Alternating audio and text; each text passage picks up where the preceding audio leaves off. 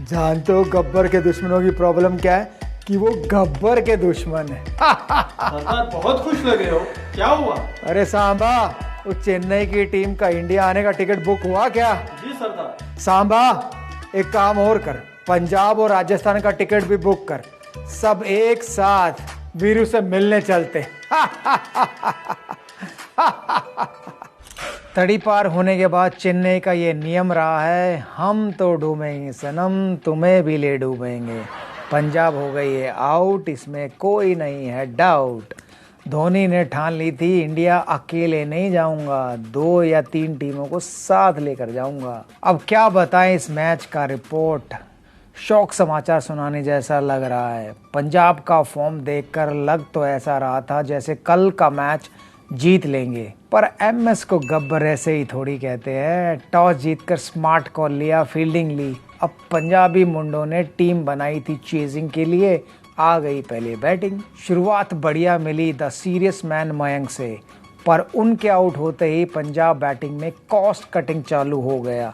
Ngidi ने राहुल को भी किया आउट।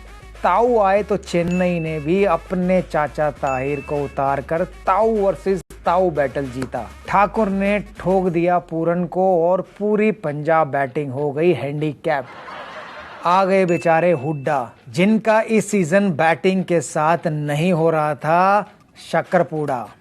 जब उन्होंने बहुत ही बढ़िया 62 रन बनाए, वो भी 30 गेंदों में, तब जाके 153 पर पहुंची पंजाब। बैटिंग में आते ही सांबा और स्पार्कराज लग गए पंजाब बॉलिंग को पेलने में।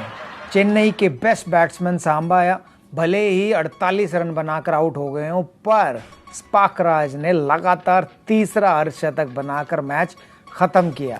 अब बात करते हैं दुबई में कोलकाता और राजस्थान के बीच खेले गए नॉकआउट की। ये मैच हाइलाइट्स के बराबर था। एक इम्पोर्टेंट टॉस जीतकर राजस्थान ने कोलकाता को उतारा बैटिंग में। कंचेबाज आर्चर की पहली ही बॉल पे आउट हुए राणा, पर गिल और त्रिपाठी ने नहीं ढूंढा कोई बहाना और सेट कर दी कोलकाता की इनिंग्स। बीच में सिंघम तेवतिया ने 3 विकेट निकाल के कप्तान मॉर्गन का बीपी बढ़ा दिया, तो उसका बदला उन्होंने गोपाल को सूत के लिया। रसल मसल ने भी अच्छा योगदान दिया मॉर्गन का, और कोलकाता ने खड़ा किया 191 का स्कोर। बड़े लोग कह के गए हैं ना, सोने में इन्वेस्ट करो, सोने में मुसीबत में काम आता है। कल वही हुआ। पैट कमिंस ने पहले उत्तपा को आउट किया, स्टोक्स का कैच डीके ने चिड़िया बन के लपका, और फिर मिथुन दास, स्टीव स्मिथ और रियान पराग को भी आउट कर मैच ऑलमोस्ट खत्म कर दिया। बेचारे बटलर फाइट बैक करते हुए वरुण के चक्रू का बने शिकार, और हो गई राजस्थान टूर्नामेंट के बाहर। तो अब जगह बची हैं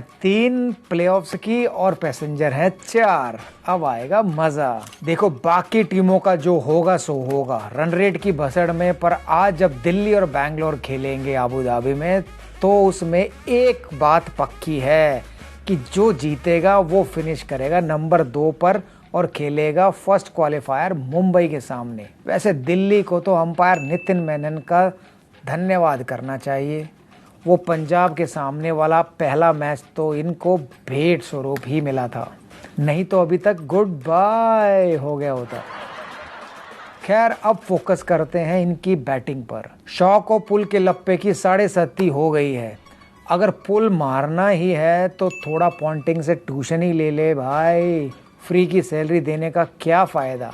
धवन की कंसिस्टेंसी काबिले तारीफ है, कोई भेदभाव नहीं करते हैं। 2 बैक टू बैक 100 बनाए तो 2 बैक टू बैक डक भी बनाए, किसी को बुरा नहीं लगना चाहिए भाई। अय्यर और पंत की जोड़ी कालीन भैया और मकबूल की तरह हैं, पर ये लोग जब इकट्ठे आते हैं तो अपनी टीम का मामला ही खराब कर देते हैं। ऐसी नकारा बैटिंग हो तो बेचारे Nokia, road roller, Rabada 10-10 over भी डालें तो भी दिल्ली दूर ही है। पर एक बात समझ में नहीं आई, इनके सबसे कंजूस बॉलिंग ऑलराउंडर अक्षर को क्यों निकाला था पिछले मैच में? बस मिस कर गए थे क्या वो? हैं?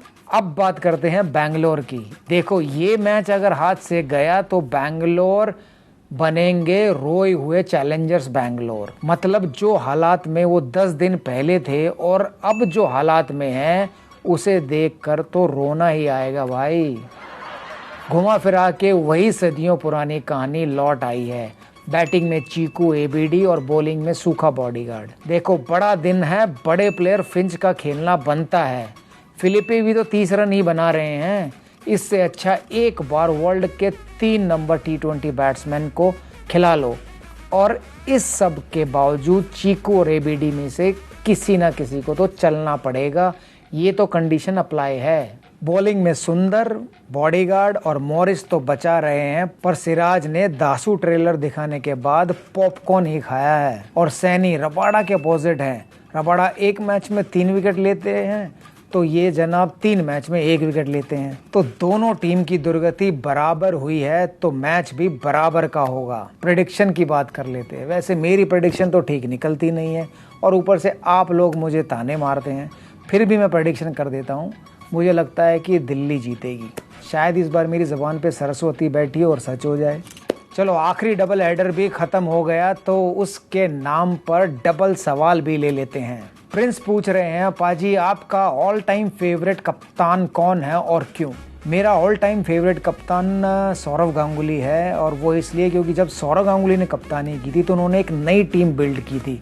क्योंकि 2000 में जो मैच फिक्सिंग के स्कैंडल हुए थे, उसके बाद वो कप्तानी उन्होंने की और फिर नए नए प्लेयरों को इकट्ठा किया, एक टीम बनाई। और पहली बार जब हम लोग इंग्लैंड और ऑस्ट्रेलिया गए, वहाँ पर हमने टेस्ट मैच जीतने शुरू किए, टेस्ट सीरीज ड्रॉ की। तो इसलिए मेरी नज़र में वो हमेशा बेस्ट कैप्टन रहेंगे। अनिकेत पूछ रहे हैं कि पाजी आपने इतने साल ट्रैवल किया होगा, आपका फेवरेट रूम पार्टनर कौन रहा है? अनिकेत, जब मैं खेला हूँ तब मेरा रूम पार्टनर था ही नहीं। तब से टाइम आ गया था सिंगल रूम का। भाई ने प्राइवेसी का पूरा फ़ायदा उठाया। बहुत स्मार्ट हो गए हो आप लोग। मेरा फेवरेट पूछ लेते हो, सारी खुफिया इन्फॉर्मेशन निकाल रहे हो।